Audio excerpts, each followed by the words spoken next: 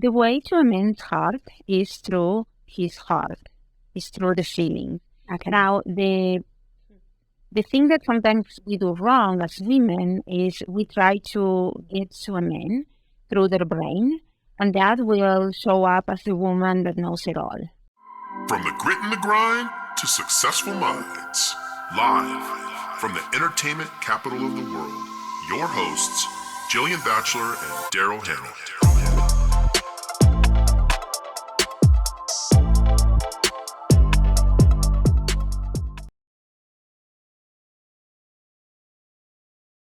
Hey guys, it is Jillian Batchelor with Vegas Real Talk, and today I am so lucky because we are doing a female-led episode, and I have two special guests actually with us today. So we have Anna Jaramillo from our team from the Bachelor Hannah Group. Anna, tell us a little bit about you. So I am Anna, born and raised in Las Vegas, a part of the Bachelor Hannah Group.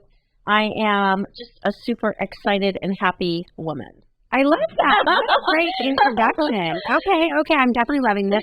And today one of our other special guests is going to be Natalia Murua. Am I saying that right? Or Murua. Okay, close enough. I got it, you guys. I'm sorry, please. But she is an epic love coach. She does all things. And I figured what a better time than Valentine's Day to get into love coaching. Tell us a little bit about you. How did you even get started in love coaching and being a coach for dating and just helping women and probably men out there as well, right? Yes, so I thank you so much for having me. So exciting. Perfect time of the year to be talking about love and dating and relationships. So I started pretty much. I am very good at it. I have always been very good at matchmaking, at helping my friends to find their soulmate. And I also always believed I gave good luck. Wow. Literally, people will tell me their desires and what they want, and I will guide them, and then things will happen for them. That is a constant. Even just people being willing to open up to you and say, this is what I need, this is what I'm looking for in a partner. I mean, we know the key to every relationship is communication, right? Absolutely, 100%. So tell us, do you actually offer full-blown matchmaking services or just coaching women and men, or tell us more? It's I do coaching for women only. Okay, perfect. So I focus on women only. Okay. And single women trying to find their soulmate. Okay. And married women that are trying to bring back the spark on their relationship. I love it. Okay, so Anna, you and I have both been married. We both dated. We're very, very young guys. We're both only 20. We're a little versed.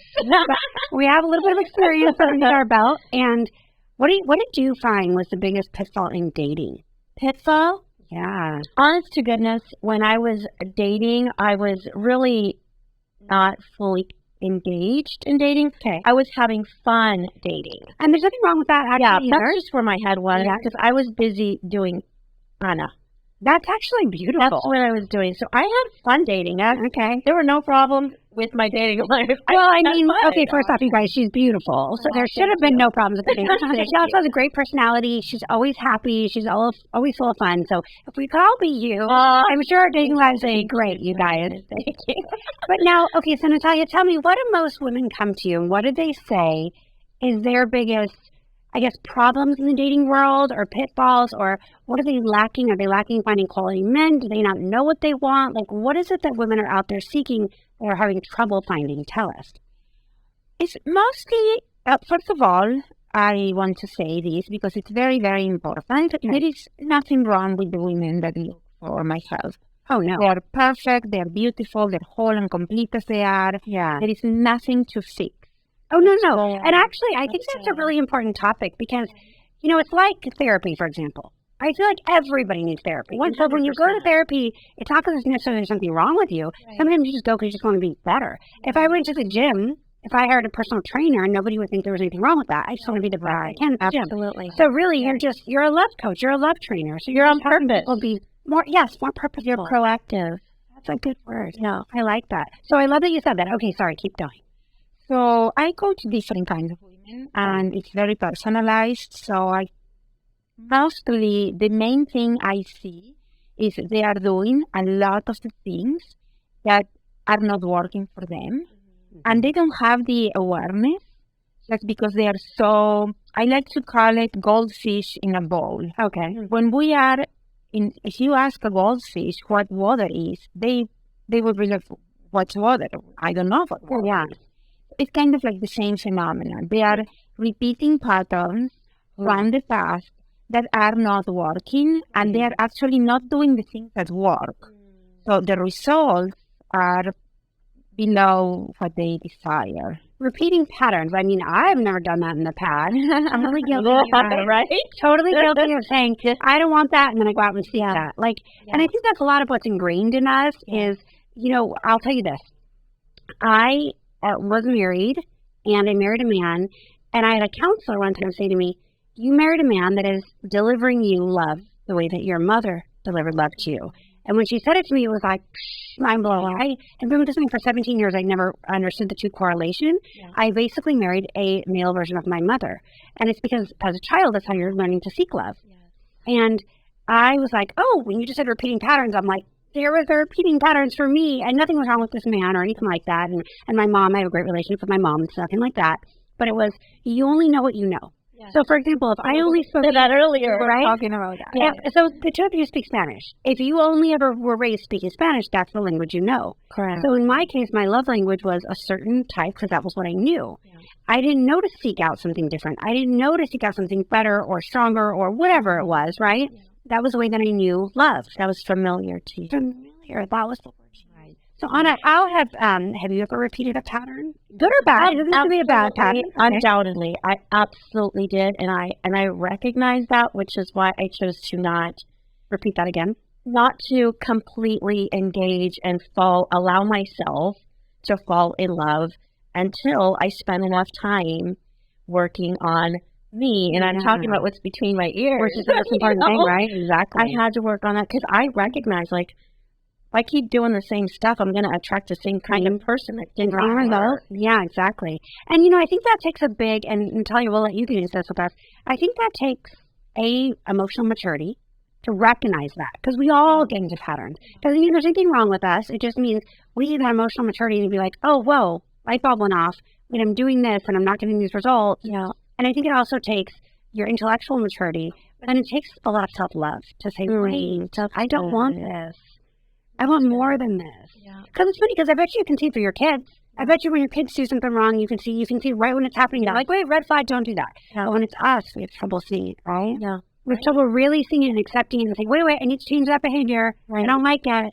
Yep, it's true. Doesn't make me feel good. And so it's true. So as far as not repeating, so these women come to you and you can identify a pattern maybe that they're repeating and you have to coach them, I would assume, through getting out of that pattern and what's healthy. And everybody's level of healthy is different. I want to make that very clear. What I need in a relationship might be totally different than what you need in a relationship, might be totally different than what you need in a relationship. And so it doesn't make it necessarily bad, it just can be different. Right? So you're coaching them out of these patterns and you're helping them identify what they need and what would be healthier for them. And then, because I would assume not everybody wants to even be married. So what's their end result? You ask each one, like, what's your end result? What are you looking for? Most of the women that I work with, that's the end result. Okay. I work with a very specific woman that wants to get married. That is the vision I have. That's great. So they do work on that. So are they mostly very busy women? Because I can imagine, like, Anna, we're very busy. And a lot of times, and we don't want to get a bunch of creeps. I mean, because you guys, let's be honest, there's a few creeps out there. They're out there. We can just do real estate. Just not, you guys are not fishing for it. We're not looking for it. But we get people in real estate that can be creepy. Yes. So, Natalia, how do you, like, weed out the creeps? How do you not, like, these women, I'm sure they're coming to you and they're like, help me, I'm getting creeps, or I'm getting people that are not on the same wavelength, of the same intention. How do you weed that out? Well, it's a lot more simple than we think. Okay. It's just knowing exactly what to do. Yeah. And the way to a man's heart is through his heart. It's through the feeling.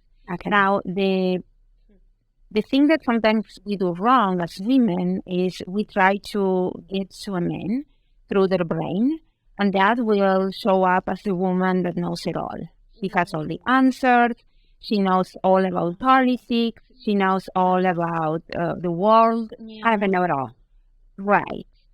That way, we get a buddy, a good friend. But we don't get the intimacy, the connection, the passion, all that usually goes away. Now, there is another way that we attempt with all our heart. I mean, as I said, I am not making us wrong. I have made all the mistakes in the book. Yeah. I have a lot of compassion for this. The other way is through their body. We use our body and we try to have sex with the guy, and we believe that if we have sex with him and we are great in bed and we look great and we have the perfect body and the perfect face and the perfect clothing, a guy will want that connection, deep connection that we want. We are not talking about a superficial relationship. Yeah. What my ladies get is what I have. It's a deep, intimate relationship with a man that adores them and cherishes them. Yeah. Don't we all want that? Yes. And it's a lot easier than you think. So where women, we confuse attraction and sex with connection. Oh, For a man, hold on. Let us repeat that really quick. That's That the do-over right she there. said, for women, we confuse attraction and like intimacy, right, with a connection. So attraction is sex with a connection, and that's not always the same thing. Intimacy, well, let's go back to sex and attraction do not always equal that connection and intimacy, you guys. So I want to make sure that we heard what she said there. Yeah. And I think we're taught that because I think we're taught men are visual creatures. So as you just said, if we look perfect, if we have the perfect lingerie on, if we have a great body, if we look beautiful, men are going to want us and they're going to want that intimate, deep connection. And that's not always the case. That's not always how you said. but you said that because it's a very great thing what you just said, because yes, and men are very visual.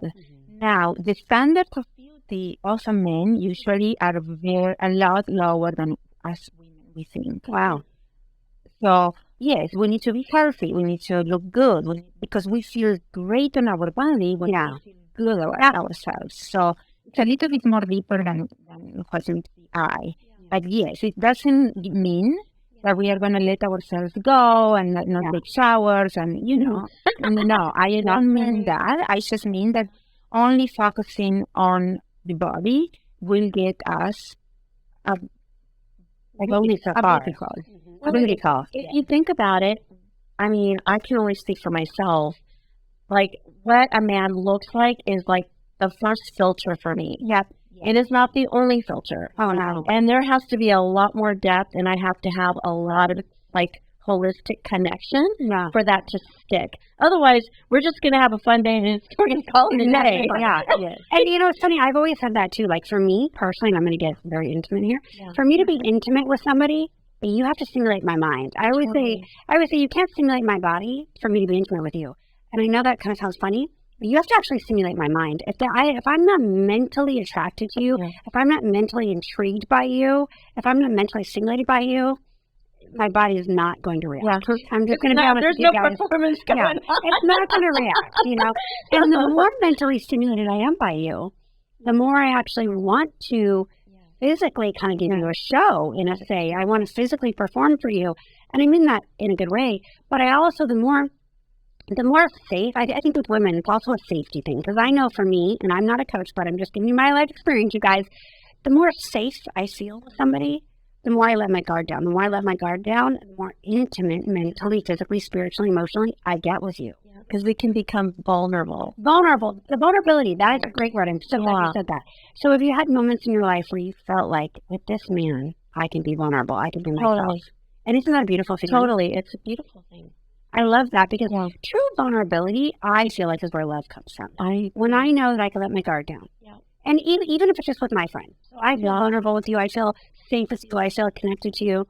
That's where I establish love. Maybe I'm just a crazy creature, you guys, but that's where I establish love. It's true. It's through that connectivity, and I crave that. Yeah. And so do you feel that a lot of women are looking to be vulnerable, or are they more afraid of being vulnerable? Unfortunately, they are afraid. Yeah. And our vulnerability is a big key to the heart of a man but not vulnerable. I believe there is also a misconception of what vulnerability is. Because, sometimes women believe vulnerability is just talking about everything and sharing everything and being all out there. And that doesn't necessarily mean vulnerable. That is not necessarily attractive. Yeah. There is, there is something that you would say is sharing too much information. So when I talk about vulnerability, I talk about being completely completely authentic and no pretend. Yeah. Like talking about how we feel and sharing what we want. That's good. That's a good like one. that. How often, Anna, are we afraid, just in life, to share what we want? Well, I share that with myself, right? And I feel good about it. But I like what you're saying because, you know, I do have a special person in my life. And it's not me, you guys. You captured my heart, but it's way out. No, but I do feel like I can cast my visions, like we talked about Think and Grow Rich, and I have visions and ideas and thoughts, and I don't feel judged. Yeah. When I share with this person, I feel encouraged. And, Oh, that's so important. And you can do it, and you're beautiful, and you're this, and that's what encourages me to continue to be transparent with how I feel, you know, and it's such an amazing thing. Well, and it's so important having somebody who does support your visions, your dreams, your hopes, your drive, your ambition. Yeah. Because when you have a partner, and I don't care if you're a man or a woman, when you have a partner, and actually, it's sad because I see this in a couple of my male friends right now, and I've seen it in the past, where they have had a partner who isn't encouraging. They have a partner who is more demanding than encouraging. Yeah. And it puts so much pressure on these poor men and women alike, but I'm just giving you guys men as an example. But it puts so much pressure and it makes them feel not good enough. It makes them feel, I haven't achieved enough. It makes them feel not supported. And I think, and again, I don't care if you're a man or a woman. I don't care if you're a woman dating a woman or a woman dating a man or a man dating a man. It doesn't matter to me. But when your partner isn't supporting you, isn't loving you, isn't uplifting you, isn't even in your down, especially in your down moment. And when you're getting kicked in the teeth by life, that's actually when your partner needs your support even more. It's not when everybody wants to support you when you're on the hill achieving the dream. It's when you're struggling every day to achieve the dream and you're just getting kicked in the teeth over and over and over and over again. That's when you really need that love, that support, that encouragement, right? Yeah, absolutely. And I'll tell you, like, I've noticed just, you know, being married and you guys, relationships, marriage, all that's not easy. You know it. We all know it. It's not easy. But for me, and it took a lot of, I feel like I kind of get better with age. If you feel that way. Where's our glass of wine to do a little cheers? A little fine wine, because I'll tell you this, even though and I love that, because I'm telling you, so you guys, I'm 40, and I expose my age, and I feel like I'm the best yet because I mature as a person every day. Maybe I'm not as hot as I was in my 20s, but I'm much more mature. I'm much more self-confident. I'm much more self-aware, which is very attractive. Yes, I'm much more willing to take responsibility when I do something wrong. And I'm not saying it wasn't there in my 20s, but in my 20s, I definitely wasn't as self-confident. I wasn't as self-assured. I didn't love myself as much. I was learning to love myself, but not as much as I do today. And I wasn't able to take as much accountability. Today, if I mess up, I absolutely can come to somebody and say, I take responsibility for that. I made a mistake. Please forgive me. And I'm willing to communicate that. I think before in my 20s, I was afraid to communicate with somebody like, oh, I know that they're mad at me. Let's just sweep it under the rug because I don't want to get into an altercation or confrontation. And I don't care if it was with my friends, with my boyfriends, with my parents, with my sister. But now I'm willing to take that monkey straight on and say, Anna, I'm sorry. That was not my intention. If I did that to you, allow me an opportunity to correct it. Because that's when I think people know really that you care about them. Well, it requires a little humility. Who doesn't want to be around someone that's humble? Well, and I'll say for me, like, I feel like I can work on it every day. Every day I'm getting better. Like a fine wine. Yeah. Right. But we're learning a lot of it. And I'll tell you, and I'm sure all of us can say the same thing in this room, I feel like I've learned to do a lot of failed relationships. I haven't had that many failed friendships. A lot of my friends, and the good thing is I have a lot of friends still. Since I was with my buddy Rory today, who was since first grade. He's 7 years old. And I'm 40, you guys, so it's a 33-year relationship right there. But I think a lot of it is just learning from your failures, right? How powerful is that? I agree. So, question for you.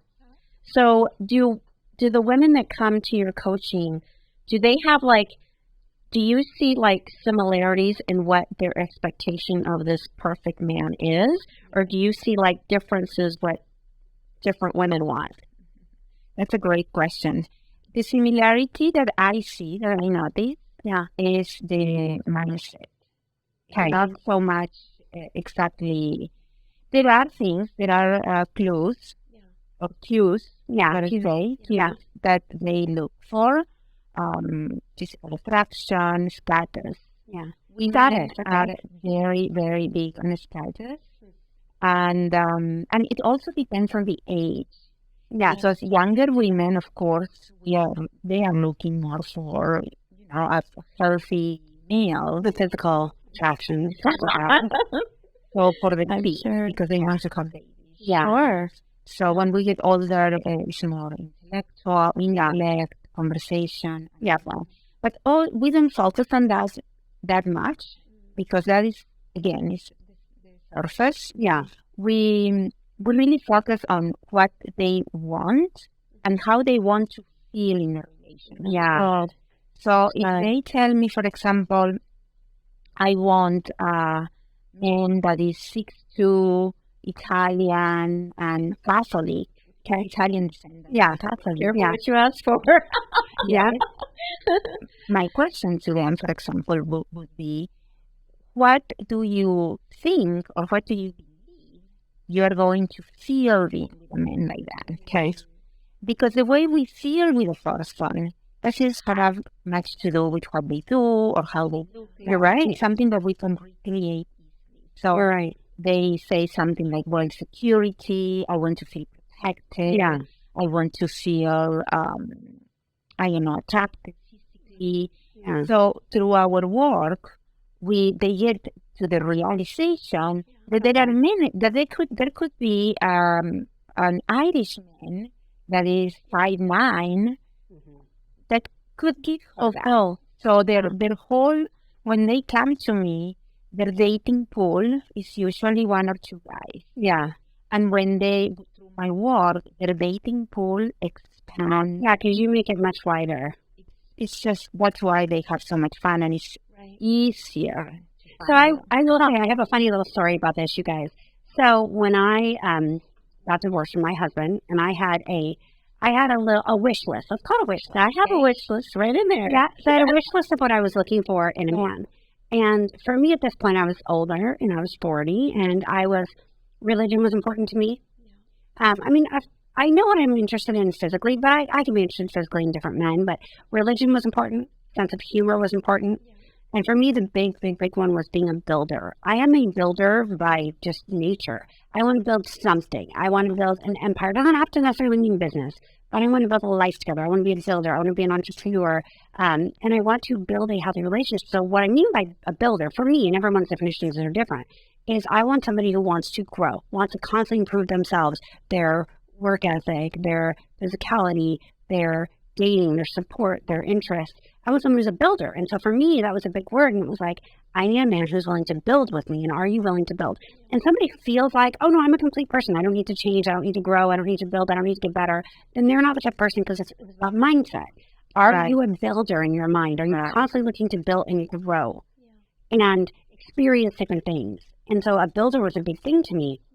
And I love when you say, I love it, Gillian. That's great. I love it when you say, okay, so how does it make you feel? Because the relationships that I'm currently in, I feel safe. I feel secure. And that's something I hadn't felt maybe ever. And so it allowed me to show up in a different fashion that I've never shown up in a relationship. It allowed me to show up more feminine, more in my feminine than in my alpha. Because I always have to show up in my alpha, or at least I feel like I always have to show up in my alpha. No. And I didn't even know that I was longing to not show up in my alpha. I didn't know that was a me. I didn't know that I wanted to show up more feminine, but I wanted to relax, and I wanted to kind of take back a little Be treated like a lovely lady.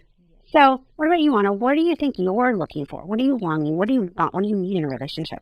What was important to me is, again, the first filter was I need to be attracted to you, because I want to look at you and have conversation. I want to look at you and think I want to be with you. Yes. Right? So that was a big thing.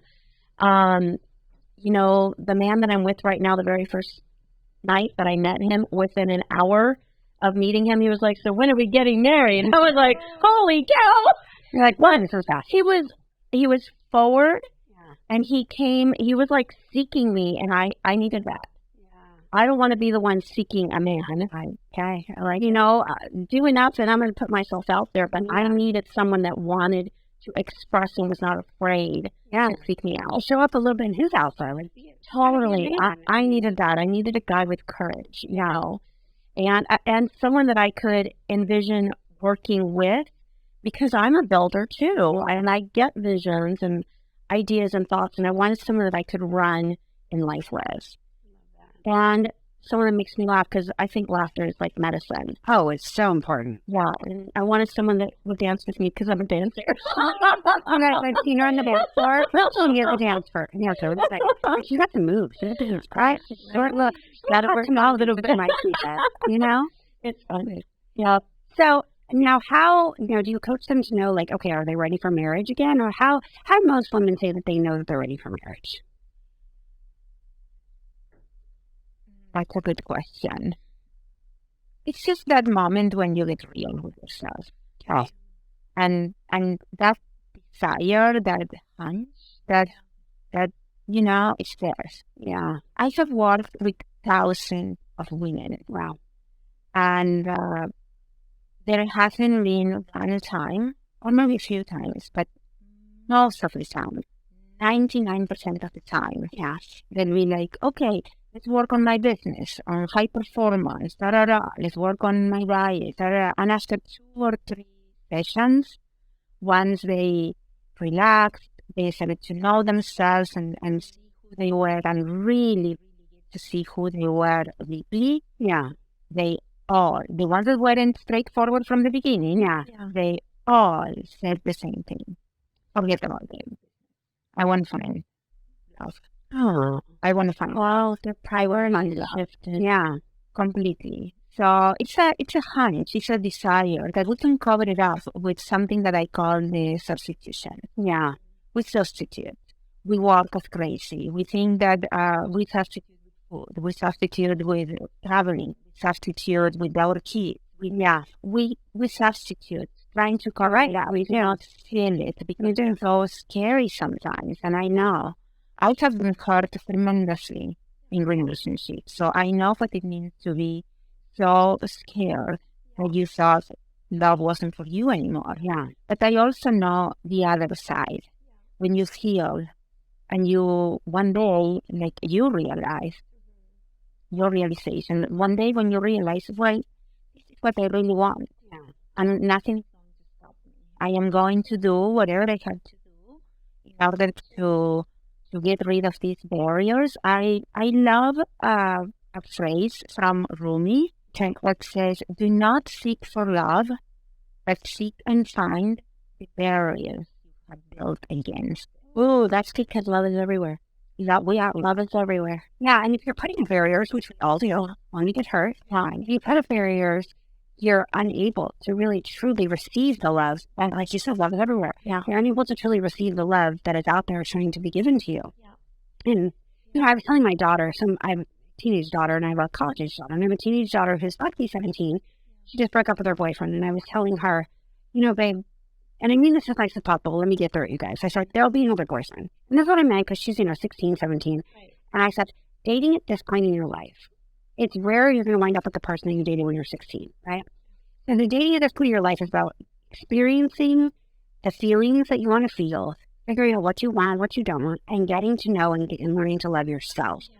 So when I say there'll be another boyfriend, what I meant was it's about focus on the experience, not necessarily just be so heartbroken or focus on that person. And I mean that with love, but I mean that because it's about learning yourself. What do you want from a relationship? What do you love about you? How do you find your self-confidence, your fulfillment, your life?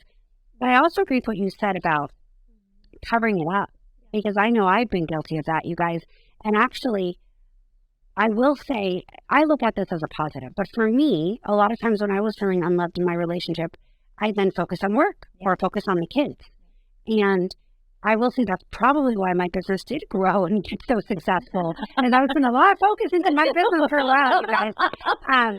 And so that I turned and I focused tremendously on it. And it helped to grow my business. And I also focused on my kids to the point my kids were like, Mom, you're smothering me. And I was like, okay, fine, I'm a smotherer, but that's fine. So there's good and bad. Yeah. Both, don't you think? Yes. So I want to piggyback on, we put up the walls and we put up the boundaries because our history, right, our relationships can cause us to put up those boundaries, right? Exactly. And there's something incredible that I listen to in Think and Grow Rich. And one of the things that he talked about was those past loves that are in our history. We have to tap into the beauty that we experienced from those relationships and not camp out and the negative that we had in those experiences. Oh, yeah. There was beauty in that, and that's the only part that we're supposed to take moving forward. That's smart. That is so smart. You know, I have a women's coaching group that I do on Wednesday mornings, and I would tell you, you guys, this is about to get, I'm about to tell you more of my life. Every Wednesday morning we do our coaching, and we're starting to open up and get vulnerable. It's just women. I send my ex-husband a text every Wednesday morning and say, I appreciate you. I appreciate the lessons that I learned from you. I appreciate the love you gave me, and I appreciate the way that we grew. And every Wednesday he's like, wait, why are you going to what's happening? And I'm like, I'm doing my women's coaching group, and I'm reflecting, because that's when you're in your, you're in yourself, you're in your feels. And I try and I noticed I don't even do it consciously. It's like, I noticed it on the third Wednesday. I was like, wait, every Wednesday I'm texting him like, I appreciate you. And he's always like, wait, what's this for? So, but I think it's exactly what you said. I'm trying, I guess, subconsciously to take the good from what I have from that. And I refused, you guys. When I got a divorce, I refused. I was like, I'm not going to be one of those people that hates your ex. Like, I just refused to be in that place. I was like, it's okay for us to separate ways. We still love each other. And I tell them all the time, we're still a family. We're just not a family in the original traditional sense that we were. Now we're just a different type of a family. And so we have a great relationship. Hopefully it stays that way forever. So Beautiful. Give us some tidbits on, if I were a woman out there seeking love, what would be, I don't know, a couple of tidbits that you can give me. I'm seeking love. I want to be in love. I'm a woman out there. Yeah. And if you were to give them just a little bit of advice, Natalia, what would What's the first 1 to 3 steps? Yes. I'm seeking love, and I value man. I'll do that. I would like to add something to I think you just said it, because I think it's so beautiful what you're doing. It's amazing. I am so happy that you're doing that. Thank you. The baseline on a great relationship of a woman with a great man is appreciation. When we appreciate a good man for what they do, even if they fall short a little bit, but when we appreciate it, that is music to their ears. Oh, And they want to do more for us. Love that. It's appreciation. If there is not that baseline, that foundation of appreciation between the partners, the relationship is going to become bigger and it's going to collapse. It has to be there. wow. They're taking each other for granted, basically. Yes. I feel like, I'll tell you, my business partner, Daryl and I, we have a great, great, great friendship. We have a great business relationship. And I'll tell you, outside of business, we really don't spend any time together. We don't spend weekends and evenings, on vacation together. I know a lot of business partners do stuff like that. But I will tell you, we have such a good relationship because the both of us are very verbal with our appreciation for what we do for the team. I mean, this is a business relationship, but it's like, hey, partner, you stepped in when I was sick. Or, hey, partner, you really, came through for me on this, or you helped me out with that. And we do tell each other a lot, all the time, how much we appreciate each other, probably a couple of times a week. And I think it's like any type of relationship, though this is a very platonic relationship, obviously. But because we have that basis of appreciation, it has kept us together for 5 years, and there's no resentment, and there's no whatever. And we're able to be very vulnerable with each other. But I really, when you were saying that, it's like a light bulb went on for me. That really is the basis, I feel like, of all relationships. If you want your kids to love and respect you, they have to appreciate you. If you want to love and respect your best friend, you have to appreciate her. Right? Would you agree? Yes, I totally agree. And I think the part that where I had to get drilled into my head was because, we see our men out there and they're strong and they're tough and they're big and they have this shell, if you will, of I can do anything. Yeah. But we forget sometimes that there is this softness to them. And that's precisely what they want. Yeah. Men live in a very, very gray world. You go to a bachelor's bathroom, you'll see one jar for shampoo, conditioner, body wash. There's Yeah. We bring color to the life. Yeah. We bring the feelings. We bring all the beauty. Yeah. We bring so much to their life. Yeah. And so it's kind of like our duty to share it with them. That's beautiful. Not only with our girlfriends or with our kids, with our men. Yeah. Love is that friendship on fire. Yeah. I love how it's so important. I love it. Love is a friendship on fire. That's what she just said. I want to use that quote. Love is a friendship on fire. I love that. So, I mean, I totally love that. and if you don't have that strong foundation, I believe you can build it. If you don't have it already, I believe you can build it. Yeah. I'm a huge proponent for therapy, and if you don't want to go to therapy, journal, and maybe share your journals when you feel appropriate with each other, or just communicate. Every night, just go to bed, take it 20 minutes before you go to bed. If you have kids, I know life's busy, you guys, with businesses and kids and working out and eating good and, all these demands on our lives. But just take 20 minutes to just conversate with each other. Yeah. Say, this is how I feel. That's right. And if something came up, like I can't go to bed with something in my mind. So if I have a problem, I'll say, hey, babe, can we talk real quick? Yeah. And then my boyfriend's always like, okay. No. He talks with me and he's like, okay, where is it going? But yeah, I mean, just talk, just communicate. I mean, it's really important to tell people how you feel.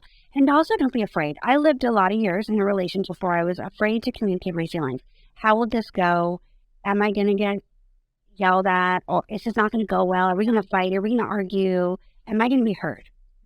And I think I realized everybody just wants to be heard. Your kids, your boyfriend, your husband, your sister, your mother, your best friend. Everyone wants to be heard. And when you feel you're not being heard, you feel not valued. Yeah. It's really important that we make everyone feel valuable, we make everyone feel valued, make them feel heard. Because when you're heard, you feel respected. I agree. So I think one of my questions to Ms. Natalia is also, I'm a firm believer. I've lived most of my adult life following my gut. I trust myself, and I follow my gut. And although I have my accountability partners and my good girlfriends that I bounce my thoughts and ideas with, in the end, I truly trust my gut, right? Because when you can ramble off the things about a perfect man, in the end, don't you feel like a woman has a gut feeling when they spend time with someone? Yeah, absolutely. That's brilliant. What you just said. Our intuition as women is fully 100% developed. We don't need to develop our intuition anymore. It is there. And that's what you said God, I call it intuition. Yes.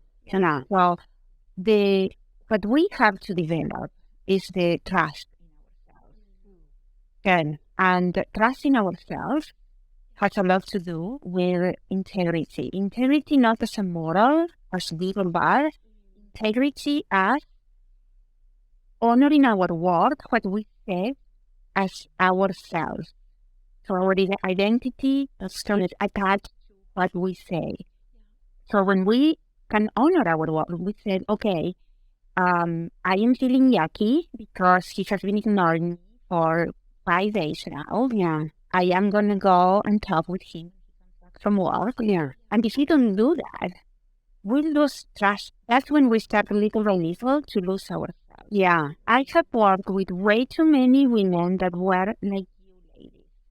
Beautiful, successful, go-getters, business owners or CEOs in companies. They got married. After a while, they lost themselves. Mm-hmm. Gosh, that does happen. This is a big deal. Yeah, that does happen. And you lose yourself trying to please somebody, but you lose what actually makes you happy and what makes you feel fulfilled. And I think as a women, sometimes, Anna, would you agree that we feel guilty? Like, well, I have to give to my kids, I have to give to my husband, I have to make sure, and you feel guilty taking time for you, or honoring, or believing what you need, or asking for your feelings to be fulfilled. You feel guilty. Well, my mom needs me, my sister needs me, my sleepless partner needs me, my kids need me, my dog needs me, my husband needs me, the school PTO needs me. What do you need? True. I believe that it's so important for us to take care of ourselves. I hired a real estate coach when I first jumped back into the industry, and I'm so thankful that I did that because my mind is like serving. Like I'm serving here, serving there. I had 4 children, part of the church, part of this, and always serving. And he looked at me square in the eyes because he knew my history. Yeah. And he said, you have got to take care of you. Yeah. And you are not going to be a victim to all of your clients. Yeah. you're going to make a plan with your time, and you're going to incorporate things that make you happy. And you're going to tell your clients, you're going to give your clients options with your time, but you're going to carve time out for you, because no one's going to want to do business with someone that's not happy. Yeah, that's so true. And I was like, damn, I You're like, really needed to hear that. And sometimes we do. Sometimes we need that gut check. Like, it's okay for you to take, like you're great at going to the gym. And I would have to believe that you going to the gym doesn't just help you physically, but helps you mentally, helps you spiritually, helps you center yourself. Yeah. But you allow yourself that time, and you earn it. You're like, hey, this is my time. I deserve this. And I was just thinking on the phone to my sister today. We were talking about just life and things, and I was just saying to her, I make no apologies for being happy. I make no apologies for wanting to be happy. I've let life kick me in the teeth. We all have a story, right? Yes. And I've done that. And now today's about me. You're 40 for Jillian is about Jillian. And I'm not going to be apologetic, because I've given my life in service to my kids. I've given my life to my ex-husband. I've given my life to my business. I've given my life to my clients. And though I still love serving all of them, because that does make me happy, but I also am going to find time to have Jillian time. I'm going to find time to read the books I want to read, take spa days, get massages, do self-care, go to therapy. I'm going to take time to grow and become a better woman, because then I can be better for everybody. I can be better for the mother, the business partner, the realtor, the client, the business owner. I'll be a better person when I take time for me, but for many years I did not do that. Yeah, that's important. Don't you agree, Ms. Natalia? I do. And it has a lot to do with the old concept of how how girls are brought up. Yeah. We were being bred to be an object in a world. The man was the one having the adventures and going out and bringing the bread and all that. And we were good if we were cooks, good at taking care of the kids. It was all about giving and giving and giving. So from a very early age, we really weren't, encouraged to do something for ourselves. And then things have changed. Women are evolving. We are evolving really, really fast. Watch out, guys. Well, yes, because now, the women that hire me, they don't have a problem finding a man. I'll be honest. Yeah. They can find a man like this. It's about finding the right man. It's about finding the man and the relationships that brings fulfillment and passion. And for that, we have to learn new skills and abilities. And one of them is giving to ourselves. So important. Give to others, but also fill up our cup. Because the model of being an object is attached with the model of finding Prince Charming that will come to my life and make me happy. Fix you. Yes. But we don't need to be fixed. We need to take hold of ourselves. I love that. So, you guys, I love this. I think that's a great note, a high note to start on and to end this little podcast on, is that you don't necessarily need a man to make you happy. Or if you're a man, you don't need a woman to make you happy. You need to be happy and fulfilled yourself, and let this person add to your love life and add to your life and add to your happiness. But you are happy yourself. So if you're interested in seeing more of Natalia, getting in contact with her, maybe even hiring her to be your coach, you guys can find her on Instagram at Epic Love Coach. We will put that on the podcast. Anna, is there anything you want to end with, my beautiful co-host? I'm just grateful. I'm grateful. I'm excited. I think love is everywhere, and I just pray that, people allow themselves to be open to love. Yeah, it's gonna come. Break down those boundaries. You guys, be open to receiving love. This is a perfect podcast right before Valentine's Day. Yes. So all of you out there that are seeking and looking for love, in all ways, you guys, please, men versus looking for men looking for women, women looking for men, women looking for women, and so on and so forth. We hope that you all find it. We hope you have a beautiful Valentine's Day. And please go on and find Natalia on Instagram at Epic Love Coach. Thank you guys so much. Bye. Thank you.